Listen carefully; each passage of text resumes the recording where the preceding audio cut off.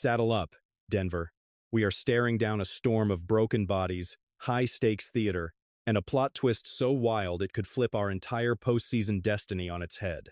Whispers are flying about Bo Nix, massive lineup shuffles, and a hidden ace Sean Payton might slap on the table just when New England thinks they're safe. Right when you believe the puzzle is solved, a fresh bombshell drops to shatter the whole picture. But wait a second before we unravel every secret I have unearthed. Smash that like button if you bleed orange and blue, and drop a Go Broncos in the comments. Come 2026, we rise higher than before. This deep dive is strictly for the die-hard faithful. Stick around until the credits roll, and I guarantee you will outsmart 99% of the football world regarding the real situation in the mile-high city. Let's ride. The headline screaming loudest involves a roller coaster of triumphs and tragedies, slamming the roster as we gear up for the AFC title bout with New England. First, the jagged pill we have to swallow. J.K. Dobbins is officially scratched for this week. It cuts deep. He was destined to be the savior, riding in at the 11th hour, carrying us to the big game after we lost our field general. Recall seeing him strutting around sans walking boot, sparking fans to ask if he was suiting up for the final showdown. He replied, "No, expect me sooner." Sadly, that fantasy of resurrecting our lead back before the clock ran out has evaporated. He stays on the sidelines, a victim of a savage play, that ugly hip-drop tackle during the Thursday night brawl with the Raiders. Exactly the type of danger the NFL needs to banish. And while we mourn lost stars, we can't forget our starting gunslinger. Bo Nix is also missing in action. However, do not let the darkness consume you. Brilliant rays of hope are breaking through the injury report. Pat Bryant has completely vanished from the casualty list. That is monumental. The man is iron-willed and has been a savior all year. He thrives in chaos. Don't forget, he snatched Nix's first 3 throws against Buffalo before a concussion knocked him out of the fight. The diagnosis was questionable at best, considering he showed 0 symptoms merely 24 hours later. Now, he returns to the fray, ready to inflict damage on the Patriots. That injects some serious voltage into our offense.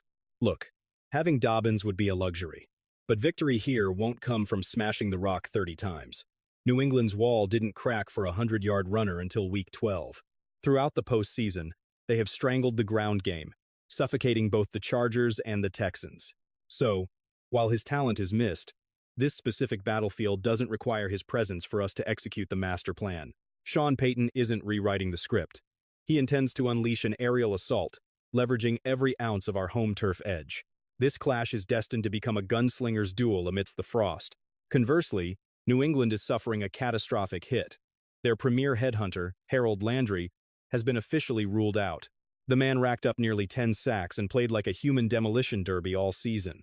He patrolled the gridiron like a possessed spirit, crushing quarterbacks and stuffing runs alike. Imagine the versatility of a Derwin James. His absence leaves a gaping hole in New England's armor. He barely managed 10 plays in the previous round, and they were betting the house on his recovery for the championship. Now he is finished, exposing critical weaknesses Denver can exploit. I would make that swap instantly. We lose a potential running back return, while they lose the heart of their defense, and the tide keeps turning in our favor. Our primary centers, Luke Wattenberg and Alex Forsyth, have returned to the practice field. Just recently, we feared we'd be forced to deploy Sam Mustipher once more. Instead, our arsenal is fully stocked. That counts as a decisive victory for the offensive line. However, a fog of doubt surrounds receiver Troy Franklin. His hamstring is acting up. Usually, that injury shelves a player for weeks, but the team might be playing 4D chess here, perhaps a bit of strategic deception. Regardless, they are priming Elijah Moore for action. And believe me, calling him a reserve is an insult. Possessing scorching 4.3 velocity, he incinerates coverages once the ball is in his hands. Sure, he lacks chemistry with Bo Nix, but here is the kicker. No one has established rhythm with Jarrett Stidham, who is taking the reins under center. With Moore's crisp routes and explosive burst, he might be the stealth bomber New England never saw on their radar. He almost defected to Buffalo but remained loyal, and fate might reward him in the title match. Now, let's discuss the battlefield conditions. The forecast predicts bone-chilling temps with sub-zero wind factors. And never forget, the thin air is a silent killer, particularly for a rookie like Drake Maye facing his debut road test. Frigid temperatures mixed with low oxygen. Just breathing will be a struggle. Never mind launching deep passes. Kayshon Boutte has been an engine for explosive gains. But those miracle plays freeze up in this weather. doubly so when the mile-high crowd is screaming for blood. Now, let's focus our lens strictly on the quarterback dilemma. Jarrett Stidham is the man of the hour. And although Bo Nix won't pull a magical comeback this Sunday, electricity is building around rumors of his return for the Super Bowl. I am dead serious. A specialist hit the airwaves on KOA with a glimmer of hope. Because Bo stood on that leg instantly, we might be looking at a clean break, a quick fix under the knife. Then the twist, the operating room was booked before the sweat even dried. Suspiciously fast, isn't it? He flew to Alabama, went under the scalpel Tuesday, and touched down in Denver by sunset. That screams minor outpatient procedure. It begs the burning question circling the locker room. Why hasn't the franchise officially sidelined Bo Nix on injured reserve? Bo took to the gram with a heavy heart, posting that this wasn't the finale he envisioned for his rookie year. Yet, whispers from the inner circle claim the door is slammed shut, no comeback, period.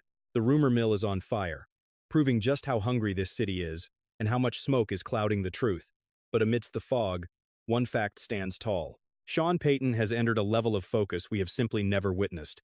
He is hoarding seconds like diamonds, tallying every reporter's query, dissecting third-down footage, and drilling the squad with demonic intensity. And his history with B-team quarterbacks? Legendary. 13 victories in 17 tries when his ace exits the field. He has pulled magic out of hats with third and even fourth-string journeymen. Be it Winston, the Swiss Army knife Taysom Hill, or now Stidham, Payton crafts blueprints that turn whoever is under center into a weapon. He even channeled the wisdom of his old master, Bill Parcells, in a chilling address to the squad. My sleep isn't lost over Stidham's performance. It's lost over yours. That message struck a nerve. Quinn Miners laid it out. This isn't luck. It's a 3-year crusade that began the moment Zach Strief overhauled their offensive DNA. Forget fairy tales and glass slippers. This is a fortress, constructed meticulously, stone by heavy stone. Then pivot to the defensive side. Drake Maye is a magnet for sacks, a turnover machine, and his numbers are inflated by miracle prayers answered downfield. That luck runs dry in the thin air and biting frost of the mile-high city, and it certainly won't fly against Patrick Surtain II, who is posting containment metrics that defy logic, yielding a microscopic 0.2 yards every snap. That is bonkers.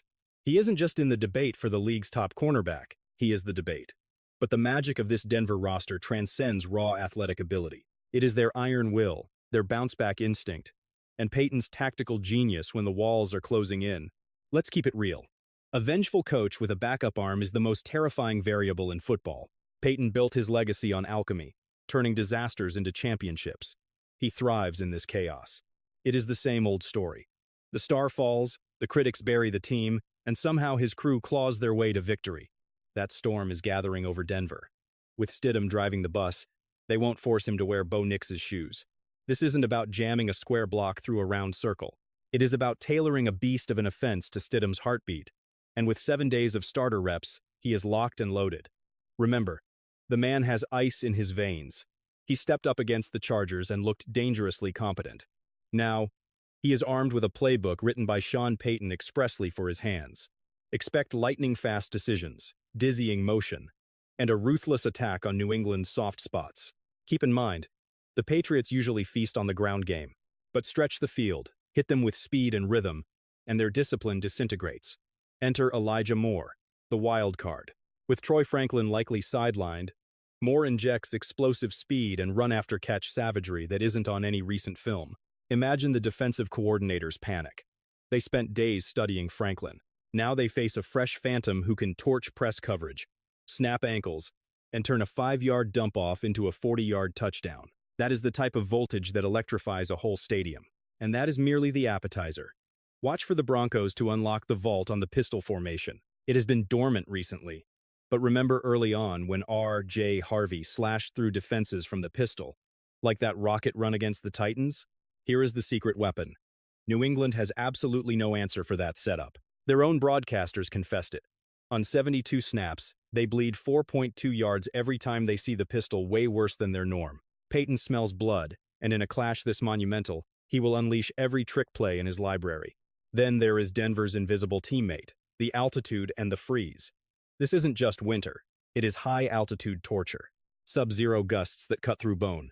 You gasp for air. Fingers go numb. Lungs scream. For a rookie like Drake Maye facing his first true road test, that is a living hell. He already struggles with ball security, and now he walks into the NFL's most vicious arena. Plus, the emotion is off the charts. Do you honestly believe the shadows of last year have simply faded away? Can't they still taste the bitterness of being discarded? The ridicule when the curtain fell? Oh, make no mistake, that fire is burning hot. Especially Patrick Surtain. The image of Mac Hollins disrespectfully stepping over him is absolutely seared into his soul.